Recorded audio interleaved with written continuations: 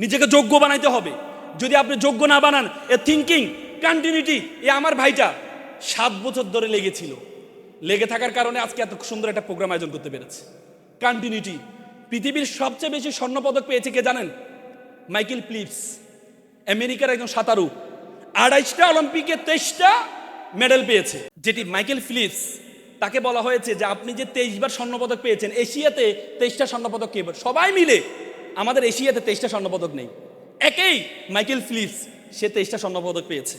তাকে জিজ্ঞেস করেছে আপনি 23টা স্বর্ণপদক পাওয়ার উদ্দেশ্য কিভাবে পেয়েছেন? সে বলেছে আমি প্রতিদিন 3-4 ঘন্টা সাঁতার করি। 3-4 ঘন্টা? হ্যাঁ প্রতিদিন। মাত্র 3-4 ঘন্টা? সে বলে প্রতিদিন। তখন বলো প্রতিদিন?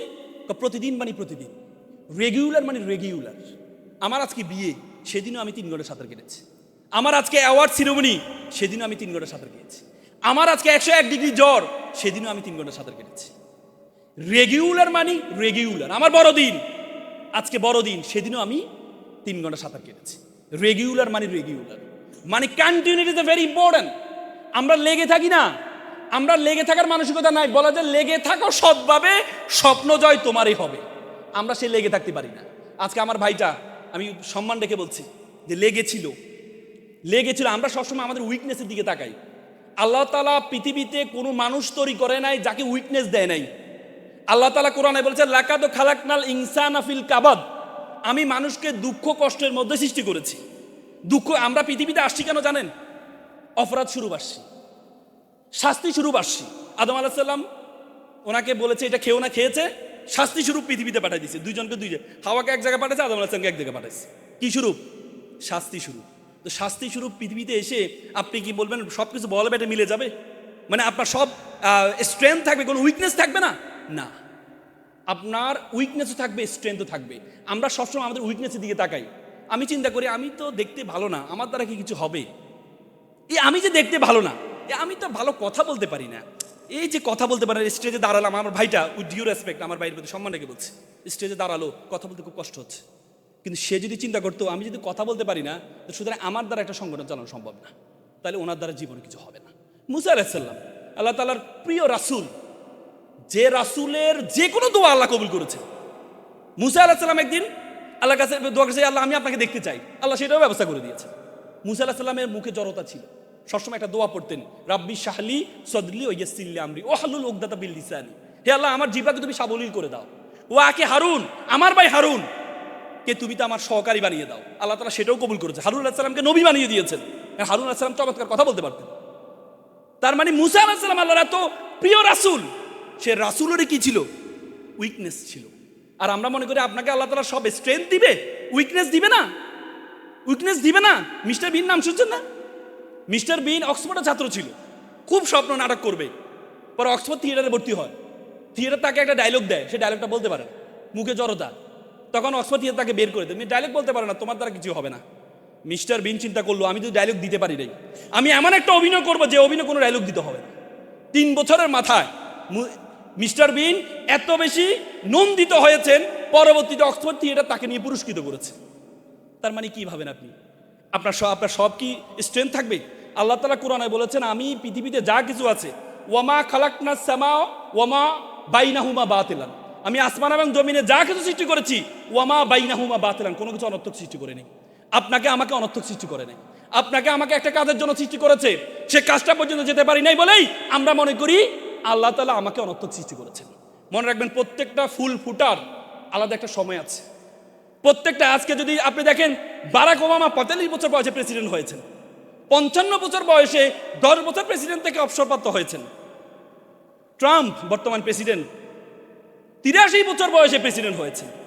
ট্রাম্প যদি মনে করতো বাচ্চা পোলা 45 বছর প্রেসিডেন্ট হয়েছে, আমি এই জীবন রেখে লাভ নেই, আমি তো প্রেসিডেন্ট হতে পারবো না, আমার এই জীবন রেখে লাভ নেই, তাহলে ট্রাম্প নিজেকে গর্দভ মনে করত। কিন্তু ট্রাম্প প্রত্যেকটা ফুল ফুটে আলাদা একটা সময় আছে। আপনাদের প্রত্যেকের আলাদা একটা সময় আছে। আপনি সেই সময় পর্যন্ত যেতে পারেন নাই বলে আপনি মনে করেন আল্লাহ তাআলা আপনাকে অনর্থক সৃষ্টি করেছে। এই জন্য আল্লাহর ওয়াস্তে নিজেকে বড় ভাবেন। এপিজে আব্দুল কালাম প্রতিদিন সকালে ঘুম থেকে উঠে বলতে আই এম দ্য বেস্ট, আমি সেরা। বলতে আই এম দ্য বেস্ট, আমি সেরা, আই এম দ্য উইনার, আমি বিজেতা। তিনি বলে আই ক্যান ডু ইট, আমি যে কোনো কিছু করতে পারি। গড ইজ উইথ মি, সৃষ্টিকর্তা আমার সাথে আছেন। টুডে ইজ মাই ডে, আজকে আমার দিন। এই 5টা বাক্য প্রতিদিন সকালে বলতেন। কেন বলতে জানেন? কেন বলতে জানেন? আজকে আমরা সবসময় সমস্যা হচ্ছে সমাজ, আমি নিজেও নিজের সম্বন্ধে ধারণা নেই। আমি নিজেও নিজের সম্বন্ধে ধারণা নেই। আপনি জানেন 2006 সালে একটা অপটিক্যাল ফাইবার স্টেশন করা হয়েছে বাংলাদেশের কক্সবাজারে। এই অপটিক্যাল ফাইবার একটা তার, যেটা Portugal, Spain, Singapore, Malaysia, Filipino আমাদের কক্সবাজারের সাথে যুক্ত হয়েছে। একটা তার, অপটিক্যাল ফাইবার কেবল। এই কেবলের দূরত্ব ছিল 17,500 কিলোমিটার। এই একটা কেবল দিয়ে পুরো পৃথিবীটা আমাদের হাতের মুঠে চলে আসছে। পুরো পৃথিবীটা আমাদের হাতের মুঠে চলে আসছে একটা কেবল। আজকে আমেরিকা কি করছে আমরা এখান থেকে দেখতে পাচ্ছি, এখানে কি করছে আমেরিকা দেখতে পাচ্ছি। সে একটা কেবল কি, একটা বিজ্ঞান বলে আমাদের মাথায় 2 কোটি নার্ভ আছে, 2 কোটি তার আছে। বলা যায় একটা তারকে আরেকটা তারের সাথে যুক্ত করা হয় তাহলে 2 লক্ষ কিলোমিটার হবে। 17,000 কিলোমিটার দিয়ে পুরো পৃথিবীটা আমাদের হাতের মুঠে চলে আসছে। 2 লক্ষ কিলোমিটার নার্ভ আপনার মাথা আল্লাহ তাআলা দিয়েছে, এটা দিয়ে পুরো বিশ্ব জগৎ আপনার হাতের মুঠের মধ্যে চলে আসবে। ধারণা আছে বিশ্ব জগৎ সম্বন্ধে? এই পৃথিবীর আয়তন কত জানেন আপনি? 52 কোটি বর্গ কিলোমিটার। এই পৃথিবীটা, যে সূর্যটা আমরা দেখতে পাই, এই সূর্যের মধ্যে যদি ঢুকিয়ে দেওয়া হয় 13 লক্ষ পৃথিবী ঢুকিয়ে দেওয়া সম্ভব। কত লক্ষ? 13 লক্ষ। সূর্য একটা নক্ষত্র। বলা হয় তাকে এই জগতে একটা নক্ষত্র আছে, তার নাম হচ্ছে জোয়েস ব্যাটল। জোয়েস ব্যাটল যে নক্ষত্র আছে, এই নক্ষত্রে যদি সূর্য ঢুকিয়ে দেওয়া হয় 33 কোটি সূর্য ঢুকিয়ে দেওয়া সম্ভব। এই পুরো জগৎ কার জন্য সৃষ্টি করেছে জানেন? আমার আর আপনার জন্য। আল্লাহ তাআলা কোরআনে বলছে, হুয়াল্লাযী খালাকা লাকুম মা ফিল আরদি জামিআ। আমি যা কিছু সৃষ্টি করেছি সবকিছু তোমার আর আমার, তোমার জন্য, তোমার জন্য। তোমাকে আমি সৃষ্টি করেছি ওয়া মা খালাকতুল জিন্না ওয়াল ইনসা ইল্লা লিয়াবুদুন, শুধুমাত্র আমার ইবাদত করার জন্য, শুধুমাত্র আমার ইবাদত করার জন্য। আজকে যে সামাজিক কাজ করছে আমরা মনে করি শুধু নামাজ ইবাদত, রোজা ইবাদত। ন, নামাজ রোজার সাথে এই যে সামাজিক কাজ করছেন, অন্যদের জন্য কাজ করছেন, এটা একটা ইবাদত। এটা একটা ইবাদত। অন্যের জন্য কাজ করে যাবেন। আপনি যে অন্যের জন্য কাজ করে, আপনি জানেন পৃথিবীতে সবচেয়ে দামি অ্যাওয়ার্ড কোনটা জানেন? পৃথিবীতে সবচেয়ে দামি অ্যাওয়ার্ড কোনটা? নোবেল প্রাইজ, যেটা আমাদের ডক্টর মোহাম্মদ ইউনূস সাহেব পেয়েছেন। নোবেল প্রাইজের প্রতিষ্ঠাতা কে জানেন? হ্যাঁ, আলবার্ট নোবেল। আলবার্ট নোবেল প্রথম জীবনে একটা আবিষ্কার করেছেন, সেটা কি জানেন? ডাইনামিট আবিষ্কার করেছেন। ডাইনামিট আবিষ্কার করার পরে একদিন আলবার্ট নোবেল, তার ভাই ছিল লডভিগ নোবেল। লডভিগ নোবেল একবার গাড়ি অ্যাক্সিডেন্টে রাতে মারা গিয়েছেন। মারা যাওয়ার পর তখন তো মিডিয়া ছিল না, পরের দিন পত্রিকা সবাই ভাবছে যে আলবার্ট নোবেল মারা গেছে। পরের দিন পত্রিকা লিখেছে মার্সেন অফ ডেথ ইজ ডেড, মৃত্যুর ব্যবসায়ী মৃত্যুবরণ করেছে। কে করেছে? মৃত্যুর ব্যবসায়ী মৃত্যুবরণ করেছে। আলবার্ট নোবেল দেখে চোখের পানি ফেলে দিল, আমি এত কোটি হাজার কোটি টাকা ইনকাম করেছি, ডাইনামিক আবিষ্কার করেছি, আর মানুষ আমার মৃত্যুর পর এভাবে আমাকে গালি দিবে। পরবর্তীতে আলবার্ট নোবেল চিন্তা করলো, আমি আমার যত টাকা ইনকাম করেছি মানুষের কল্যাণের জন্য রেখে যাব। পরবর্তী সে মানুষের কল্যাণের জন্য সব কিছু রেখে গিয়েছে, সব কিছু রেখে দিয়েছে। তো সুতরাং আপনাদের যাদের টাকা আছে, এই প্রোগ্রামটা এমনি হয় না, স্পন্সর দিয়ে হয়েছে। আপনাদের যারা টাকা আছে, আপনারা আল্লাহর রাস্তায় মানুষের জন্য কাজ করে যাবেন।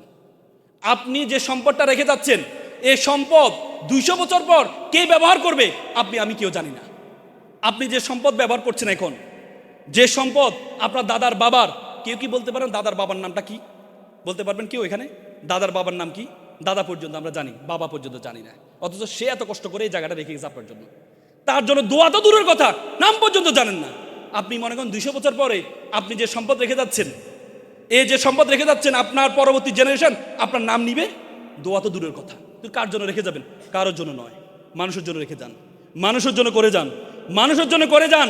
দেখবেন এই কাজটা আপনাকে আজীবন মানুষ স্মরণ রাখবে, স্মরণ রাখবে।